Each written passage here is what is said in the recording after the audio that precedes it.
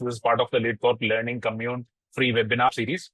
And I'm Vineeth Vinnie. I am a leadership coach. I help action-driven leaders find clarity of values, clarity of purpose, clarity of direction. I'm also the co-founder of LeadCorp Human Solutions. So in today's session, we'll be discussing how to become a calendar-filled coach, right? And before we dive into the core ideas, I would like to start with my personal journey that sort of helped me figure out how to get calendar filled. Or in other words, you can also say oversubscribed. The word oversubscribed, I heard that phrase for the first time when I saw the book, or I saw the word for the first time when I saw the book Oversubscribed, written by Daniel Priestley. Oversubscribed, right? So that book is about creating a business or creating a product for which people stand in the queue to buy it. For example, when a new model of iPhone launches, people stand in the queue to buy it. When a new part of Harry Potter, when the new part would come out, people would stand in the queue to get a copy of it.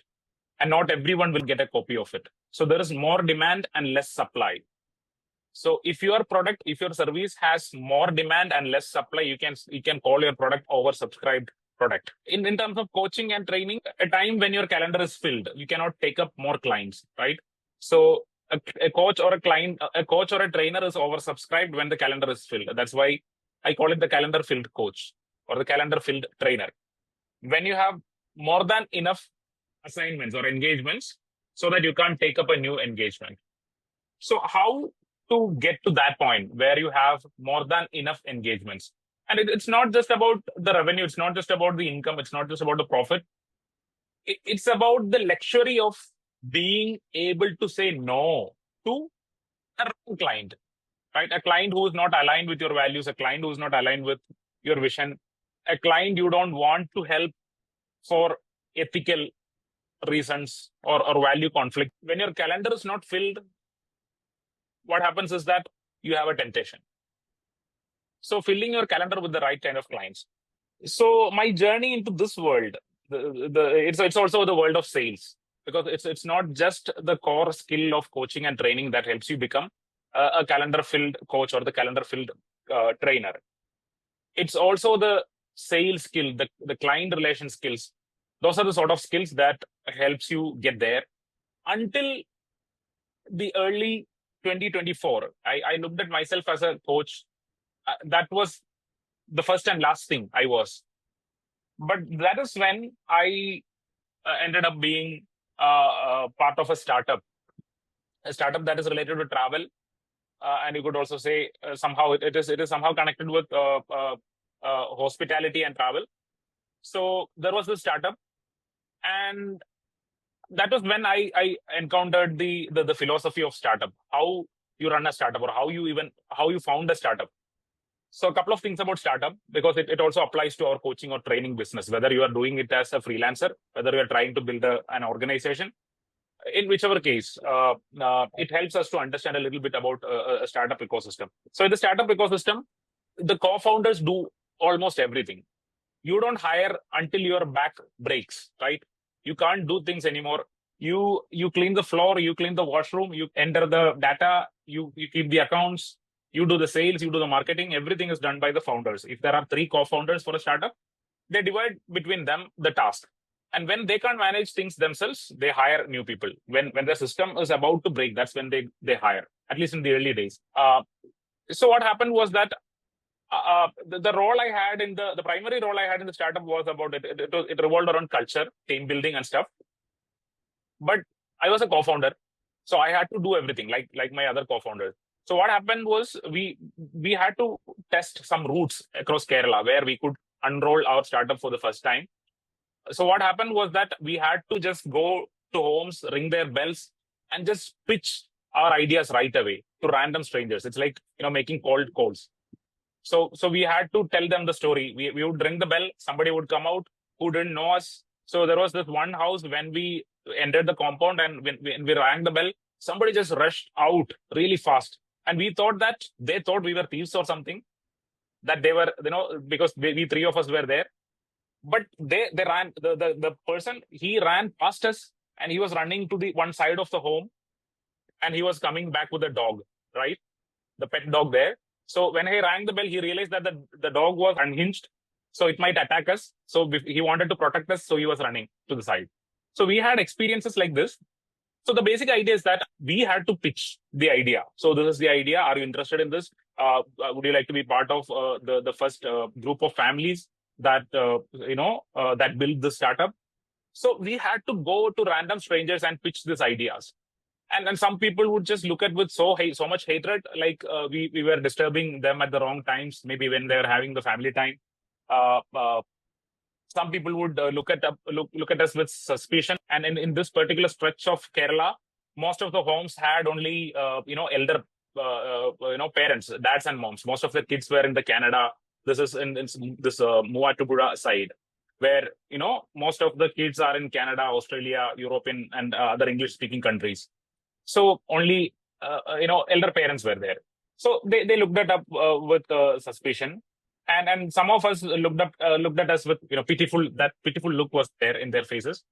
So the point was that we had to go to, say, hundreds of homes in, say, just 20 days, and had to pitch this to the strangers. We made some changes in the strategy.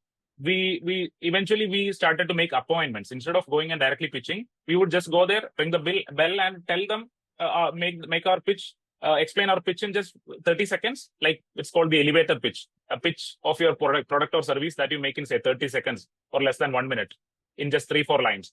So when the person listening to you don't have time to listen to the full thing, but you get a chance to get that person's excitement or interest in the project by giving a brief introduction. So that is called the elevator pitch. So we sort of developed an elevator pitch, which we would give in a 30 seconds and tell them, so we would like to explain it further. If you are interested, we can come at a later date. So we moved on to the appointment approach. So we made a lot of changes. So the whole point is that, along with my co-founders, I had to pitch to these strangers. And in between, we made a lot of changes. We changed the pitch. We moved to appointment approach. But the whole point was that, like we had to make this cold pitching. People who didn't know us, we had to pitch to these people. And an idea that we were not even sure about, because it's a startup and we were still figuring out if it's going to work or not. So, but we can't just be so straightforward and tell them that maybe it will work, maybe it will not. We had to gather some conviction. So it was a complicated situation. So the point is that somehow that startup didn't work out. And after 8 months, I came back and I had to restart my career as a trainer and coach. And that is when I realized that, after this journey, am I still a coach? Am I still a trainer? Am I a facilitator, or am I something else? So with this fresh start, I had an opportunity to think of my identity. So what happened was that my identity kind of got, rebuilt. It got shattered for a good reason. Reason which I realized to be good later or afterwards. And then I realized that I'm more than a coach. Maybe I am also a salesperson. Maybe I am also a CEO of my training business, not just a freelancer coach. So it happened in such a way that Kamaruddin and I, we used to be collaborators even before I went for the startup journey. So there was this training organization which we had formed a few years back, and which I had left when I went for the startup journey. And I reconnected with Kamaruddin, and we sort of refounded the training business. And I was still figuring out how to position myself, how to look at myself, and what role to play in the organization. So while I am still the coach and the trainer, what happened was that I also took up this identity of a salesperson really seriously. Because whether you are actually doing sales or not, we are always salespeople. When I'm saying this, I'm selling an idea, right? When a speaker on stage is saying, when Martin Luther King talked about his dream, I have a dream, he was selling an idea. When Mahatma Gandhi was talking about Swaraj, Ahimsa, Satyagraha, he was selling an idea. Mother Teresa, Malala Yousafzai, they all were and they all are selling ideas.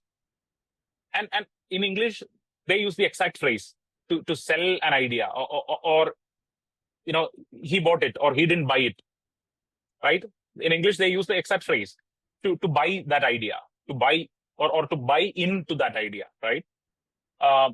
So whether you're actually selling a product or not, in any case, we are selling ideas. In that sense, we are all salespeople.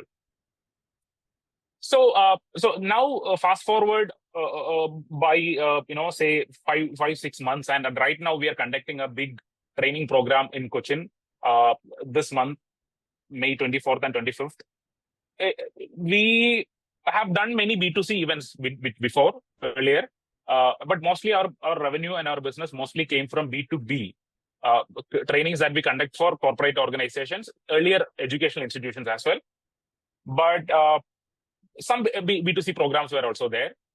But the B2C program that we are conducting in this May 24th and 25th, it's an outbound trainer TOT program. This is not an advertisement for the program. I'm talking about that experience. Advertisement will come later. So what happened was that the fee for the program is a bit high. I mean, quite high compared to most of our B2C programs we conducted. And then it's also a 2-day program. And what we did was, we promoted, we had some relationship inquiries the moment we started to talk about the program on social media. And we divided the tasks among us, Kamaruddin and I. And for this program, we decided that I will be taking care of the sales for most part. I mean, it's still divided because there are many inputs coming from his Kamaruddin as well. But I thought I'll try it. I'll give it a try, especially with the inspiration that I found after reading the book Oversubscribed, which I talked about earlier.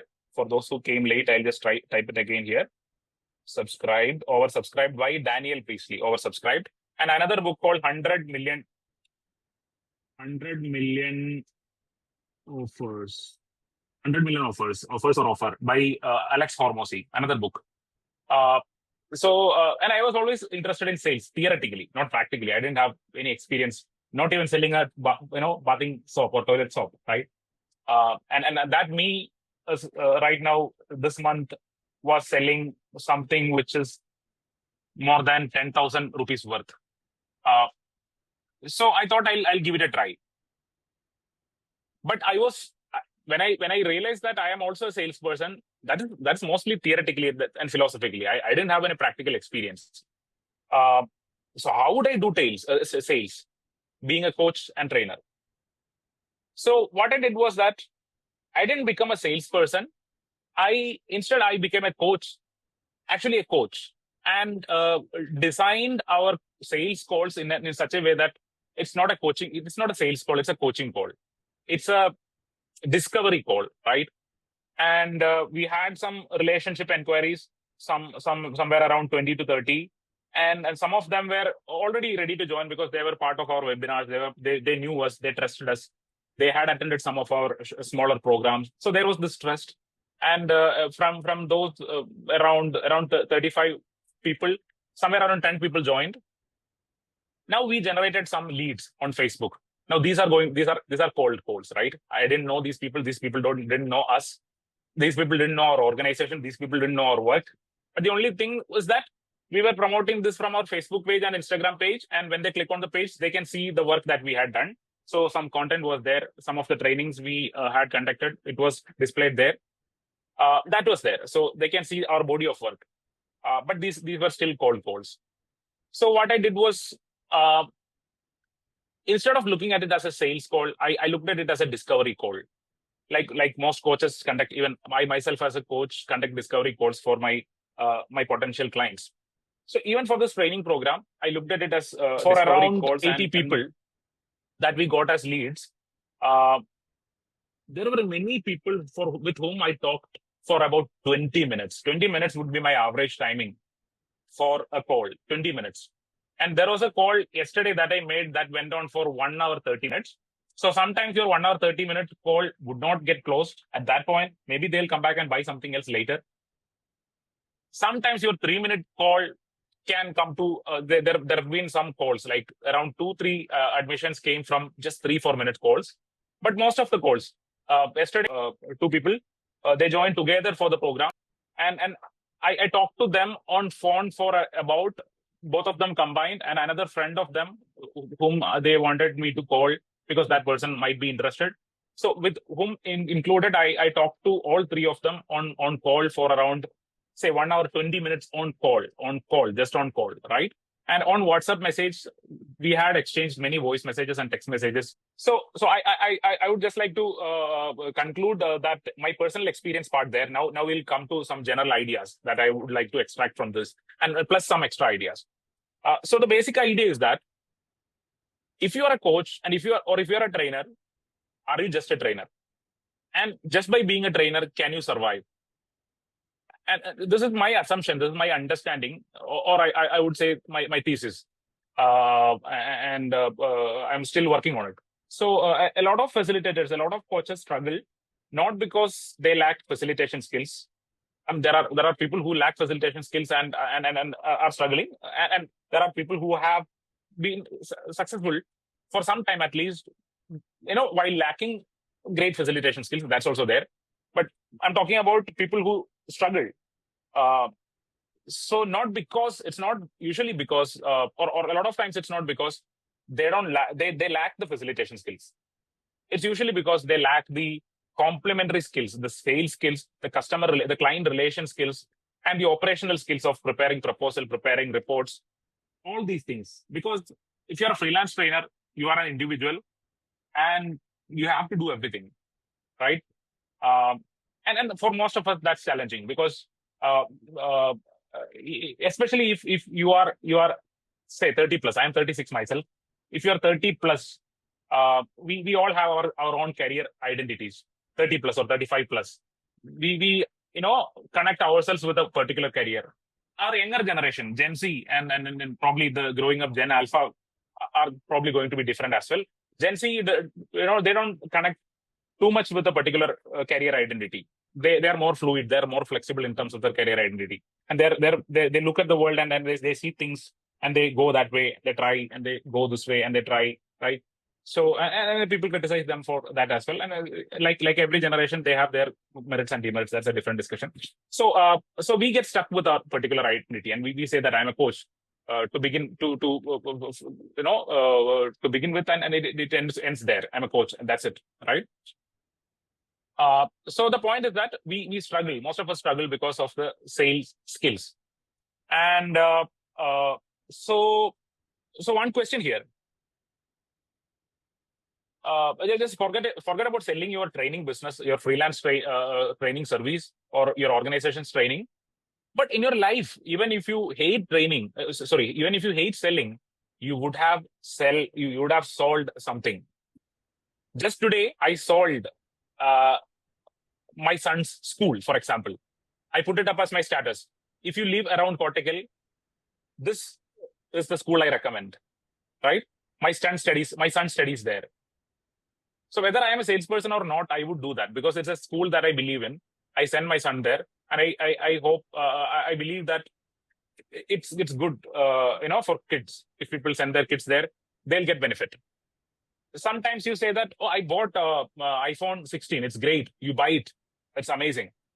Or you would just say things like, oh, I watched this movie, say Pushpa 2. I liked it. I loved it. Go and watch it. I watched KGF 2. Go and watch it. I loved it. I went to this restaurant. It's amazing. It's a wonderful place. Go and eat there. Go with your family there. So we all do these kind of sellings, right? But the only difference is that those are not our products, right?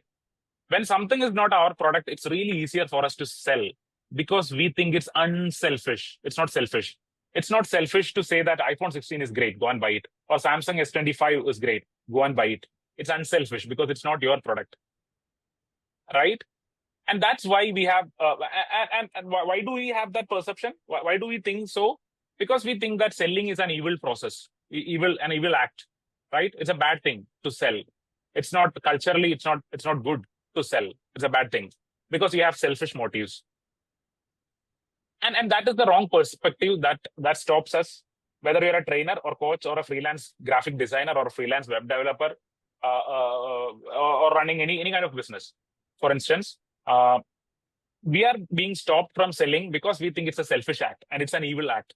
It's the act of forcing people. It's the act of getting people to buy what they actually don't want and actually what they don't actually need, right? It's just pushing people in the wrong direction. But it doesn't have to be that way.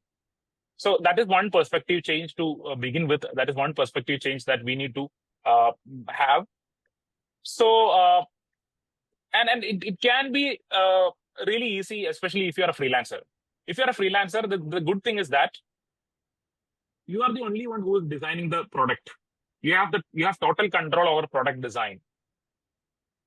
You can't control iPhone 16's product design. But if you're a freelancer, it's really easier because you are the only one there. You don't have to listen to anybody else. So you can design the product in such a way that people will really want it, people will really need it, and if they buy it, their life will be transformed. You can design a product in that way. Now the challenge is that most of the freelancers, they don't have a product. We can sell iPhone 16. Basically, when I say sell, I basically mean recommend, right? We can recommend iPhone 16 because iPhone 16 is there. We can recommend Samsung S25 Ultra because it is there. We can sell this movie Pushpa 2 because the movie is there. The final product is there. Whether the product is perfect or not, whether it has some shortcomings or not, the product is there. So for any salesperson to make the selling, the first thing that he or she needs is the product. So while many of us are still mostly doing B2B business, but today I will focus mostly on B2C. You designing a course or a product for the common public and you advertising it and you inviting people to join it, that kind of work. Not sending a proposal to a company and getting a training engagement there. Not that kind of a business. That is B2B. That's slightly different. There are a lot of things similar. And by doing B2C, direct to clients, building your own course, building your own product, and selling for the common public or a select group of people. By doing that, you can also get into a lot. You can also get a lot of B2B business eventually. For example, if you're a trainer but you are also a leadership coach, and you promote your leadership coaching on Facebook and Instagram for a given amount of money, and you get a business leader of a company to sign up, and he's impressed with your work. His life is transformed because of your work. And when you introduce yourself also as a corporate trainer, now or a business trainer or sales trainer or a team building trainer, now there's a chance that you will get that kind of a work as well, right? So you started with a B2C, you got a client. Now the client's business also hires you. So B2C with the leader and then B2B with the company. So that's also possible. So primarily we'll focus on B2C because it's really easy there to design a product. But it equally works with B2B. The only difference is that it's really difficult to promote and generate leads on Facebook and Instagram. You'll have to probably do some work on LinkedIn, and you will have to use other methods to collect leads. You will not get as effective leads for that kind of a B2B business on Facebook and Instagram. So now the first thing is to have a product that you can defend, the product that you can sell. Like there's iPhone 16, Samsung S24, KGF2, any product that you can recommend, or this particular resort, or this particular restaurant, or this particular clothing store. So people recommend it, right? So I bought this bag from Souk. It's amazing. Go buy it, right? You say that because it's not your company and you feel it's unselfish. You're doing unselfish service. So if you design a great product, when you're selling, it's unselfish service. Selling is selfish only when you have a crappy product and you're pushing people to buy it. That's selfish. You are trying to make money with crappy product. You don't care about them. You don't care about their life getting better. You don't care about solving their problems. That's a different thing. So the first thing to do is to have a great product that you can defend. Look at the world, make an assumption. Okay, these kind of people have these kind of problems. Now think how you can solve the problem with your skill set, your interest and stuff. Connect those things. Now you will have a product for this particular group. So there are lots of doctors. They are commonly faced with this particular problem. And you look at it and you see it, right? And you design a product, a soft skill product, a meditation product, a yoga product, or something. A lot of IT employees, they sit at the desk. You see that they sit most of the time, and they yoga can help them, meditation can help them, something, and you design a product. And you also see a lot of products in the market, and you see that, okay, if I take this product and if I make a twist here, this can be more suited to a particular group here, right? So you make these connections, and you make an outline. You don't develop the entire product, and then you test the soil, right? So and when it comes to testing the soil, so here is how Facebook lead generation and Instagram lead generation, it can be really helpful. So what we usually do is that we ask our friend, so dear friend. So for example, I'll pick the name Deepak, right? So I go to Deepak and say, so Deepak, look at this. I have designed this product for IT company employees. What do you think about this? Now Deepak may be working as a corporate trainer, and he is not much into. So imagine that he is not much into IT enabled businesses. So because he is your friend. Excuse me. So because he is your friend, he would just say, "Wow, Vineeth, this is great." Because he is your friend, he might say that. Some friends do that. And now some other friends, they want you to be safe. They want you to be safe, and they want you to come up with the best product. And sometimes they are more critical. So I think this is not enough. You have to make a lot of improvements. So another thing is that these are not real customers. You go to your friend, and even if they work in the IT industry, they are not the best place to test, because they are also your friend. So either they'll care for you too much and they'll pamper you, or they want you to protect you from dangers and they'll criticize you, right? Don't do that. Do this. This is risky, right? The only test that you do is with actual people, with actual background. And that's where Facebook, it's paid. You have to spend money, but it works. So how much do you have to spend? So how much do you spend if you go to a KFC? You go to KFC, you go to this, that pizza place, what's it called? McDonald's, right? McDonald's, or you go to a shopping mall, you go for a movie with your family to IMAX, right?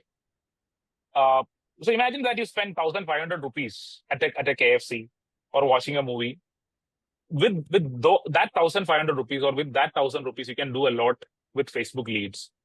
So, and I really see it as an investment. So the advantage is that, and when I say that, on the days where your calendar is not filled, or in the months where calendar is not filled, you sit at home and wonder, what do I do? What do I do? I'm a trainer, I am a coach. When I don't have engagement, what do I do? So what do? You make calls. You generate leads and you make calls. And I would emphasize to the extent of saying that is the primary thing that you do, not coaching and training. Coaching and training can be delegated. You can build a business and you can hire 3 coaches and they can do the coaching. This may sound a bit extreme, but that's how we build business, right? So the primary thing, a visionary person, you have the vision for your coaching business, you have the vision for the training business. A visionary person, the highest value thing that he or she can do is to sell their business. The actual field work, the real work, the core work can be done by a delegated person who is really skilled, right? He or she has to be just skilled in the core areas, right? So the point is to detach yourself from the identity of a trainer and coach and look at yourself. Even if you're a freelancer, there is this term called solopreneur, right? I think it was coined by probably by Danko, not Danko, I guess. Danko, you can solopreneur, right? So it's like, I'm not sure if it's a Danko, and he talks about something called a one-person business, right? So instead of looking at yourself as a freelancer, you look at yourself as a one-person business, and you work in collaboration. You hire interns. So there are lots of things happening. So you can look at yourself as a solopreneur. So don't get stuck with the coach or trainer identity. Look at yourself as a business owner, even if you're working alone. And at our firm, we don't have a lot of regular employees. We work with interns, and we work in collaboration with a lot of trainers when there are engagements. But mostly, if you go to our Instagram, most of the things that you see, including the graphic designs, including the flyers, including the video editing, I had shared a video on the group which I edited using the caption app myself. In fact, there is no editing. And I refined the text with ChatGPT. I entered the concept and I got the text back. I refined it with ChatGPT. I recorded that script and I edited it using captions. And the previously we had shared I guess we had shared on the group a longer video of our outbound training TOT. We made it ourselves. So we are video editors, we are graphic designers, we are salespeople, we are accountants. Samruddin is there, and we are everything. I'm there. So the point is that the most valuable thing, the highest, the work with the highest return on investment of effort or energy, ROI, the highest ROI is sales. I'm saying this when you are short in terms of finance and money backup, right? So you save some money that you would spend in Pizza Hut, McDonald's, or shopping mall a weekend. You save some money somewhere, and you spend that on Facebook lead generation or Instagram. If you are that, you have that kind of cash crunch, and early on you might be wasting some money, and that's fine. That's when you learn. So basically, you have a pitch, you make a graphic, a flyer out of it, the idea, you design a flyer, you have the content, you refine it using ChatGPT, you post it on Facebook, and you generate lead. It's not complicated stuff. These things can be searched on YouTube, and it's like a 5-minute thing that you can do, right? How to generate leads using Facebook, or how to promote an ad on Facebook. So that's something that you can do. Now, so what happened with our work was that the first few calls were really difficult because we had pitched something. It was an assumption. When you pitch something on social media, in your friend circle, wherever, on LinkedIn, the first pitch is an assumption. You think that people have this problem, and you think that this is the solution, and you pitch it to the people. And now when you generate leads and you start to make calls, what you realize is that people don't exactly have the same problem. When you talk to them, you realize, okay, they have a slightly different problem. So next time when you promote something, or in between, if the lead generation campaign has gone for a few days, maybe you can even post that. But it's not actually a great idea. It is good to you dedicate some amount and you just let the campaign complete so that your learning is complete. And you just go through the data. You fill everything in, or you at least note everything down on a notebook. And at the end of it, you just go through the data. Okay, this was your pitch. So are you an IT employee? You sit at your desk for like 15 hours a day. You have back pain, you have neck pain. Okay, do this yoga, right? You make some pitch like this, right? So when you talk to people, you generate leads, you got phone numbers, you got email IDs, and you make calls. And then you talk to people, you realize, okay, people don't have that problem. Maybe that problem is solved. I'm not saying that they actually don't have that problem. I'm just assume that, okay, that problem is not there. They have a slightly different problem. Listen for what exactly is the problem. Now, that is where the sales call approach has to be different. Like I said, look at it as a discovery call instead of you don't have to be a salesperson. Like I said, I talk to most of these 60, probably around 75 or 80 calls. Most of these calls, my average talking time was 20 minutes. How much time would that be in total? And then before that, I didn't have any sales experience. Except for the startup experience. I didn't have any sales experience selling a 10 rupee product. And now here is me selling 11,564 rupees product, right, to strangers. So I noted everything down. When I was talking to the first 10 people, my story, all my stories are real stories. I never lied in my pitches. But the thing is that there are say 10 different truths. There are 10 different truths. When it comes to sales, you don't have to lie. But out of the 10 different truths, you have to realize which truth to tell. That's the most important, that's the biggest challenge you face as a salesperson. There are 10 different truths. Imagine that our OBT TOT program that is happening in Cochin this 24th and 25th, right? So it is true that it is a certification program because the participants get a certificate, 2-day program and certification in outbound training and corporate training. That is one truth. Now, it's an upskilling program. It's an upskilling program. People get upskilled as a trainer. That's another truth. They get ongoing support. That's another truth. They get to be part of a network. That's another truth. None of these are lies. There are like 6, 7, 8 such truths. But what is the most pressing pain for the person? I realized that. So in the early days, our assumption was that certification was the biggest pain point. If people got certification, they'll be confident, so they can go approach potential clients and get business. But after a couple of calls, I realized that And I think that is really a problem with a lot of people. And for some reason, because of our consistent storytelling in the opposite direction, we didn't get that kind of inquiries. The inquiries that we got mostly, most of them wanted to upskill. Most of them didn't care about whether you got one certificate or two certificates. Most of them cared about upskilling. And many of them cared about being part of a network. And some others cared about the ongoing support. It's not just a 2-day program, it's an ongoing support program. And none of these were lies. All of these were truths. So there are some truths that sell. Sometimes as salespeople, when you step into the terrain of sales, people usually think that I need to find a lie that sells. No, there are enough truths that can be solved, that sells. People need those truths. Find out those truths that is aligned with your product and that is aligned with your customer. Not all truths sell, right? People don't need certain products. That's clear, right? Probably people don't need an earbuds which is made of gold, right? Probably you will not find a viable market for that. You don't need to find the ear cleaner, right? The earbuds you need to make that with gold and say that this is golden earbuds. You buy it, it's great, right? So even if it's true, it's not rolled gold, it's real gold. So that's true, but that may not sell. Maybe it will sell. That's a different thing. But the point is that there are some truths that won't sell, that doesn't have a market. But there are definitely many truths that have a market. So as a coach, as a trainer, what you have to do is that you have to design a product for the market based on what people want. That's the most important point that I want to stress. Another one. Don't worry too much about what people need, right? In the fight between want and need, want always wins. So what I'm saying is that I don't want you to sell junk food because that's a want. I don't want you to sell drugs because that's a want. What I'm saying is that there are good wants and bad wants as well. Like the truth I said before, there are truths that you can sell. Like that, there are wants that are good for the world, that's good for the individual. Find those wants and sell according to it. So even if people need something, a product will not be sold until they also want it.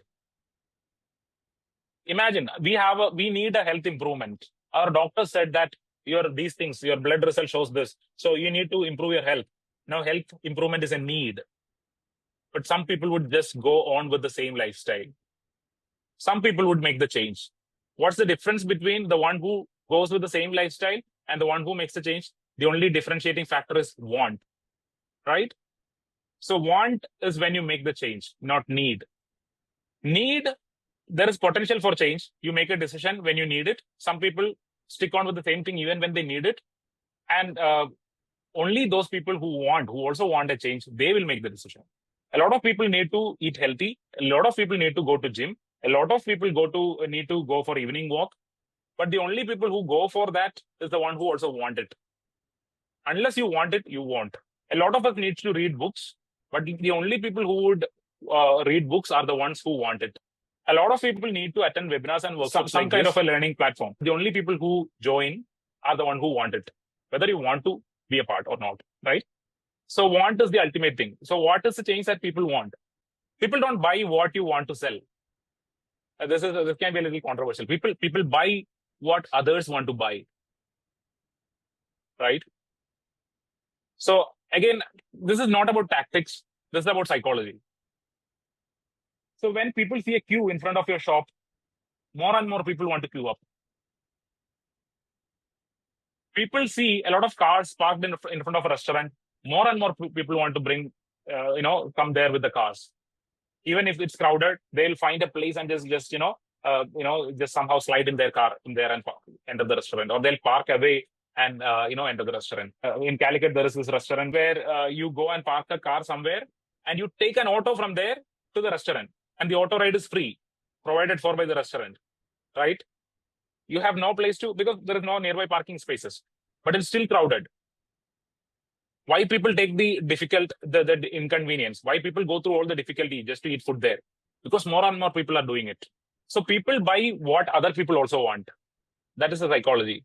And people desire to buy your product more when you say, oh, sorry, the seats are closed. The seats are filled. The admission is closed. So the whole point is that we have to decide what is your capacity. For example, if I say, now how many people are here? Now there are 11 participants here. Okay. Now imagine, I'm not going to apply this strategy, but this is a strategy. And it's not a lie, it's a real strategy. So now there is 11 people. And in most of our workshops, there are 10, 11, 15 people. Now I say that only 10 people are admitted every webinars. After 10 people, we will close the entry, right? So what will happen? There will be some scarcity. Now you see that 10 people trying to, jump into the webinar, the workshop. So what happens? Now there will be a scarcity, and now more and more people want to buy it. So the demand is 11 people, 15 people, or 20 people, but the supply is 10 seats only. That is how you create demand. And now we all have this. So imagine that you are a coach that gets only one client every month. So you just say that I take only one client, not as a lie. You keep that limit for some time. You say that there is only space for one client every month, right? And now you get a second inquiry. You tell them to come back next month. Now it is like saying out of stock. And out of stock is such a powerful term, right? So you don't have to have 100 inquiries to create more demand than supply. You just have to have just 1 or 2 inquiries. So there was this, expensive, this highly valuable stone, right? And there were 2 of this. And now I'm turning the story into a question. And there were 2 of this. These are the most valuable stones in the world, right? There are 2 of the same. Now I imagine that I give you these 2 stones for free as a gift. Now these 2 valuable stones are with you. And if you want to make the most money from it, what would you do? Now there's a particular price that people would pay for either of the 2 stones. And now you get a particular amount by selling both of them. To get the maximum price, what would you do? Any thoughts? You got the 2 stones, you destroyed one.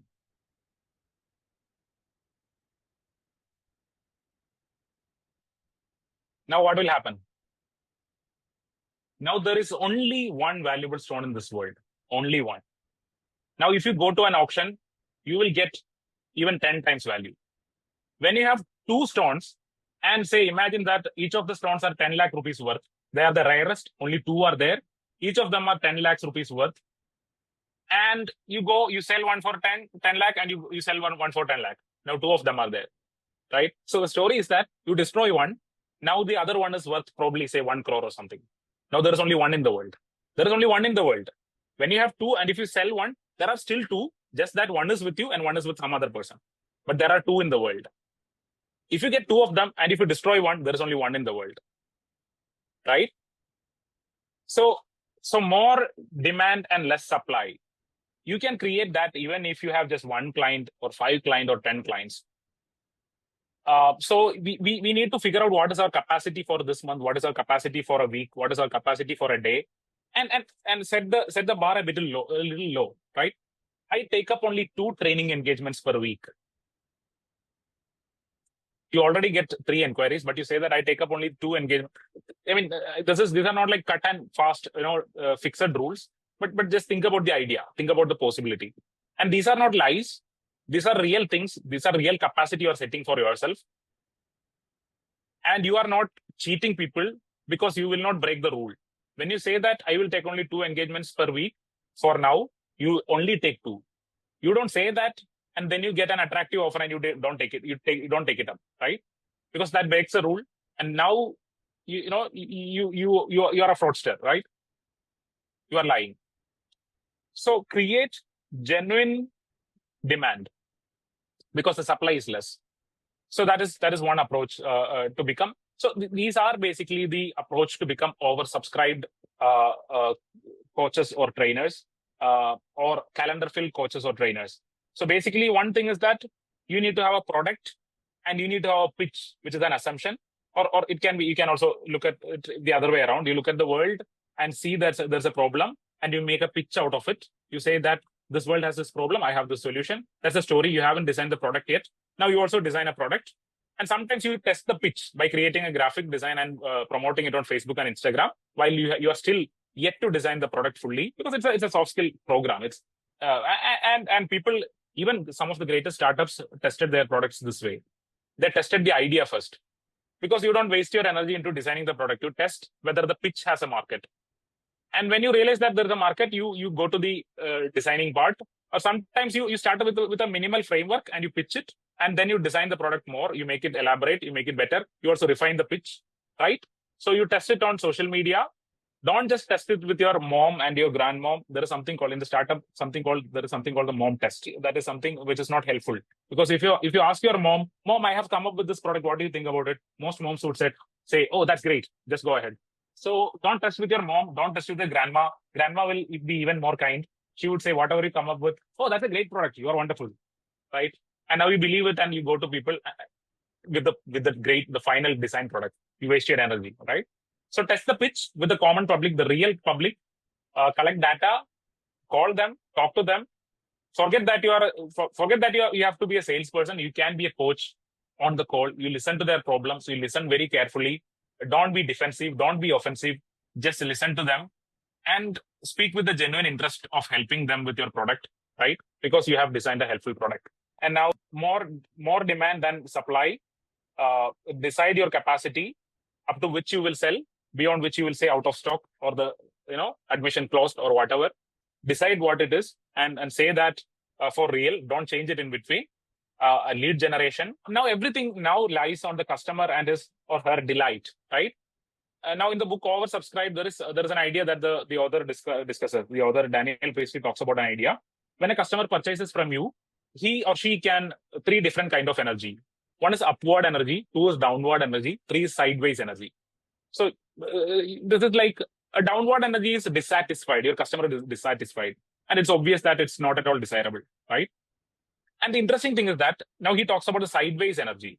When the customer is satisfied, and the author says that is not enough. Satisfied, that is just sideways. Whoever is your customer, the customer needs to have an upward energy, finally, which is delight. The customer needs to be delighted, right? That is what we should be aiming for. I mean, even if, just think about, if you look at our webinars, I mean, I'm not sure how delighted you are, but every week, what we aim for is delight. Even if these are free webinars, we don't aim at making people satisfied. We try to make sure that people get something that they are really, really excited about, really happy about, something, really, charged about. So people needs to be delighted. And then there is this idea of over-promising and over-delivering. So earlier there was in sales, there was this idea of under-promising and over-delivering. But the problem is that among all the people who promise, most people would just go with somebody who over-promises, because that will stand out. Now you are an over-deliverer. You do really well, but your promise is really low. I mean, it makes sense. In a lot of ways, it makes sense to keep the promise low so that people can be delighted. But it shouldn't be an excuse for showing your full energy. And sometimes by over-promising, you elevate your service. You over-promised. So now you have to improve your service to delight the customer, right? So over-promise and over-deliver, especially if you have a habit of keeping everything low, being too polite, being too humble, not promising enough, because people are pitching from everywhere. People are surrounded by a lot of pitches. What I'm saying is that I'm not saying that you need to lie, but what I'm saying is that you need to be really confident with your pitch, right? What you are offering, you should be really confident with your pitch. Say it confidently. And we cannot, after doing everything really well, we can still fail. That's a different thing. Put your best effort and be confident with your pitch. Over-promise and then over-deliver. So the customer is not dissatisfied, but the customer is, delighted. So that is the final thing. And that is where you get the testimonials. And that is the final thing that I want to talk about. Testimonials is now your ticket to the next level of sales or the next cycle of sales. That's the easiest way to tell people the story of what the experience is like to use your product. When somebody with real flesh and blood talks about your product, how it changed their life, that's real, right? So the next step is to get testimonials. And sometimes you can promote the testimonial. Sometimes you can promote some other content and you keep the testimonials on the Facebook and Instagram timeline. So those who visit the page, they see the testimonials. So and you can include the testimonials in the pitch video or the pitch flyer or in the content. Like Swali Katie says this about the webinar or the product, the course, right? Deepak says this about the product. So, with testimonials, even if it's in text, it works, right? Yeah. So these are the things that I would like to, share here as part of the first steps towards our, sales training for coaches and trainers. So before we conclude and before we go to a quick Q&A, I would just like to share this with you. So we are conducting a 2-day outbound training program in Cochin, outbound training TOT program, trainers training program in Cochin on this May 24 and 25th, Saturday and Sunday, which upskills you as a trainer and which helps you get into the world of corporate outbound trainer. And outbound training is outbound trainer is a title with great income potential and great value in the world of corporate training. So this 2-day program is happening on May 24th and 25th in Cochin at Nihara Resort. If any of you are interested, you can connect with me on WhatsApp. I'll share the details. I'll be happy to share the detail. So with that, I would like to conclude my presentation part. Now you can ask questions. You can share your thoughts. Thank you. Thank you, Vinnie. This is wonderful. This session is wonderful, and you shared a very insightful. This is really we need to think in depth while generating the need or while assessing the market. And the session was wonderful. You thoughtfully keep all the points and very openly you keep all the points. It's really impressive. Thank you. Thank you, Gajay. Thank you so much. We should make our product so good that people sell our product, or the product will be sold by people unselfishly without no need of any propaganda, any advertisement like that. True. So this is usually happening, but it came to my awareness the first time. This one is happening. This one about this unselfish product. I like it very much. So we should make our product very, very good. Then only we can handle that. Yes. True. Thank you True, very much. Yeah, true, sorry. And so Sabrina ma'am, Jagdesh Kumar, Ashwin, Gajanan, Swale, and there were a few members who left right a few minutes back. So thank you all for joining. We hope to conduct more useful sessions in the coming weeks. Thank you so much. See you next time. Okay, thank you.